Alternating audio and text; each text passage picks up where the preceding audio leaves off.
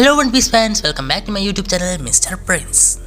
ഇന്നത്തെ വീഡിയോയിൽ നമ്മൾ നോക്കാൻ പോകുന്നത് നമ്മുടെ വൺ പീസിൽ നമ്മുടെ ലൂഫി, അതുപോലെ തന്നെ ലൂഫിൻ്റെ ക്രൂമേറ്റ്സ്, ഇവർക്കൊക്കെ വൺ പീസിൻ്റെ ഫ്യൂച്ചർ സ്റ്റോറിയിൽ കിട്ടാൻ പോകുന്ന പവർ അപ്പിനെ കുറിച്ചാണ് നമ്മൾ ഇന്നത്തെ വീഡിയോയിൽ നോക്കാൻ പോകുന്നത്. അപ്പോൾ അതിനെക്കുറിച്ച് അറിയാൻ താല്പര്യമുള്ള ഒരു വീഡിയോ ദയവ് ചെയ്ത് വീഡിയോ മുഴുവനായിട്ട് കാണുക. അപ്പോൾ നിങ്ങൾക്ക് ഈ വീഡിയോ ഇഷ്ടപ്പെട്ടിട്ടുണ്ടെങ്കിൽ ചാനൽ സബ്സ്ക്രൈബ് ചെയ്യുക, പിന്നെ തൊട്ടടുത്ത് ബെല്ലൈക്കൺ കൊണ്ട് ഓൾ നോട്ടിഫിക്കേഷൻ സെറ്റ് ചെയ്ത് വെച്ചിട്ട് എന്നാൽ ഞാൻ അപ്ലോഡ് ചെയ്യുന്ന വൺ പീസിനെ കുറിച്ചും അതുപോലെ തന്നെ ആനിമൽസിനെ കുറിച്ചുള്ള കിടക്കാച്ച് വീഡിയോസ് നിങ്ങളിലേക്ക് എത്തും. ഞാൻ ഈ ലിസ്റ്റിൽ ആദ്യം കവർ ചെയ്യാൻ പോകുന്നത് 2 ഫീമെയിൽ ക്യാരക്ടേഴ്സിന് തന്നെയാണ്. നമ്മുടെ ലേഡീസ് ഫസ്റ്റ് എന്നല്ലേ പറയാറ്. അപ്പോൾ നമുക്ക് ആദ്യം 2 ഫീമെയിൽ ക്യാരക്ടേഴ്സിനെ തന്നെ കവർ ചെയ്തേക്കാം. ആദ്യം നമ്മൾ നോക്കുന്നത് നമ്മുടെ നാമിനെയാണ്. നമ്മുടെ എല്ലാവരുടെയും ഫേവറേറ്റ് സ്ട്രോ ഹാറ്റ് മെമ്പറായ നാമി. പക്ഷേ ഇങ്ങനെ നമ്മുടെ സ്ക്രൂവിലെ തന്നെ സെക്കൻഡ് വീക്കസ്റ്റ് ക്യാരക്ടറാണ്. പക്ഷേ നമ്മൾ ഫൈനൽ വാർ അടുക്കുന്നതിന് മുമ്പ് നമ്മുടെ നാമിക്ക് തീർച്ചയായിട്ടും നല്ലൊരു പവർ അപ്പ് കിട്ടിയേ പറ്റും. ഇപ്പോൾ നാമിയുടെ കൂടെ സിയൂസ് ഉണ്ട്. എന്നാൽ നാമിക്ക് ഒരു ഡെവിൽ ഫ്രൂട്ട് കൂടെ കിട്ടുകയാണെങ്കിൽ പൊളിച്ചേനെ. എൻ്റെ ആഗ്രഹം നമ്മുടെ നാമിക്ക് എനിലിൻ്റെ ഡെവിൽ ഫ്രൂട്ട് കിട്ടുകയാണെങ്കിൽ നാമി അതിൻ്റെ പൊട്ടൻഷ്യലി വേണ്ടത്ര യൂസ് ചെയ്യുന്നുള്ള കാര്യം ഉറപ്പാണ്. കാരണം നാമിയുടെ ലൈനിങ് ബേസ്ഡ് ആയിട്ടുള്ള അറ്റാക്കുകൾ നമ്മൾ കണ്ടിട്ടുണ്ട്.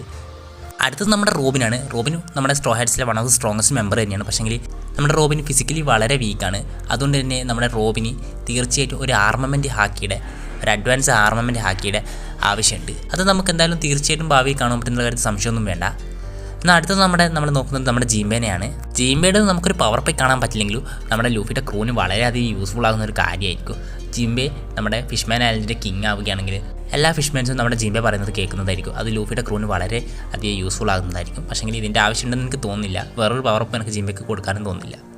അടുത്തത് നമ്മുടെ ടോണി ചാപ്പർ തന്നെ. നമുക്കറിയാം ടോണി ചാപ്പർ നമ്മുടെ മോൺസ്റ്റർ ഫോമിൽ എത്രമാത്രം സ്ട്രോങ് ആണെന്ന്.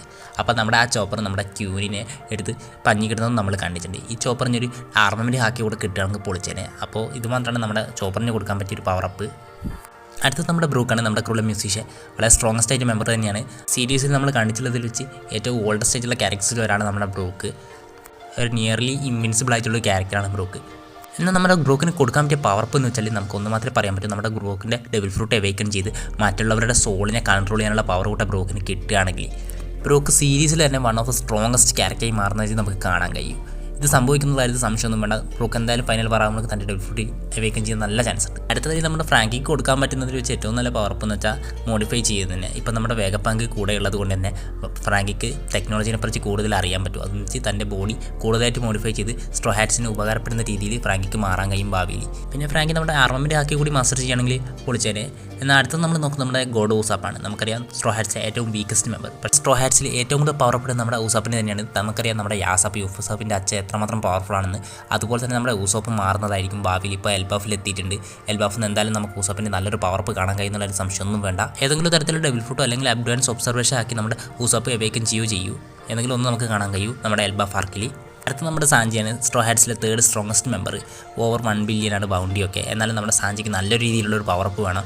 നമ്മുടെ സാഞ്ചിനെ ഇപ്പം കമ്പയർ ചെയ്യുമ്പോൾ സോറോ വളരെ മുന്നിലാണുള്ളത്. അതുകൊണ്ട് തന്നെ സാഞ്ചിക്ക് നല്ല രീതിയിലുള്ളൊരു പവർ അപ്പ് എന്തായാലും വേണം. സാഞ്ചിയുടെ ജനറ്റിക്കിനെ കുറിച്ചൊക്കെ നമുക്കറിയാം. അതുകൊണ്ട് തന്നെ സാഞ്ചി ഭാവിയിൽ നല്ല രീതിയിലുള്ളൊരു പവർ അപ്പ് എന്തായാലും ഉണ്ടാവും. നമ്മുടെ സാഞ്ചി വേണമെങ്കിൽ ബ്ലാക്ക് ഫ്ലെയിംസ് അൺലോക്ക് ചെയ്യാനും ചാൻസ് കൂടുതലാണ്.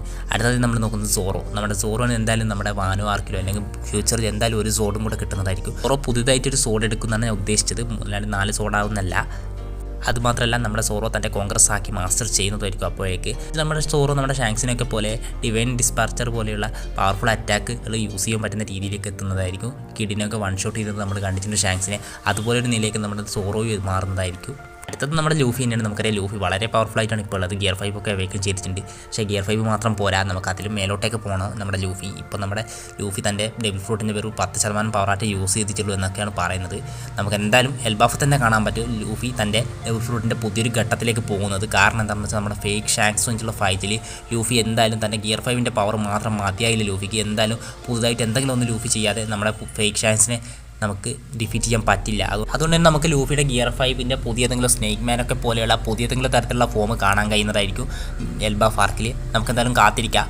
അപ്പോൾ ഇന്നത്തെ വീഡിയോ ഇത്ര മാത്രമാണ്. എന്നോട് ആരെങ്കിലും വിട്ടുപോയിട്ടെങ്കിൽ നിങ്ങൾ ജസ്റ്റ് ഒന്ന് കമൻറ്റ് ചെയ്യുക. പിന്നെ വീഡിയോ ഇഷ്ടപ്പെട്ടെങ്കിൽ ചാനൽ സബ്സ്ക്രൈബ് ചെയ്യുക, തൊട്ടടുത്ത് ബെല്ലൈക്കൺ കൊണ്ട് അമർത്തുക. മറ്റൊരു വീഡിയോ കാണുന്നത് ബൈ.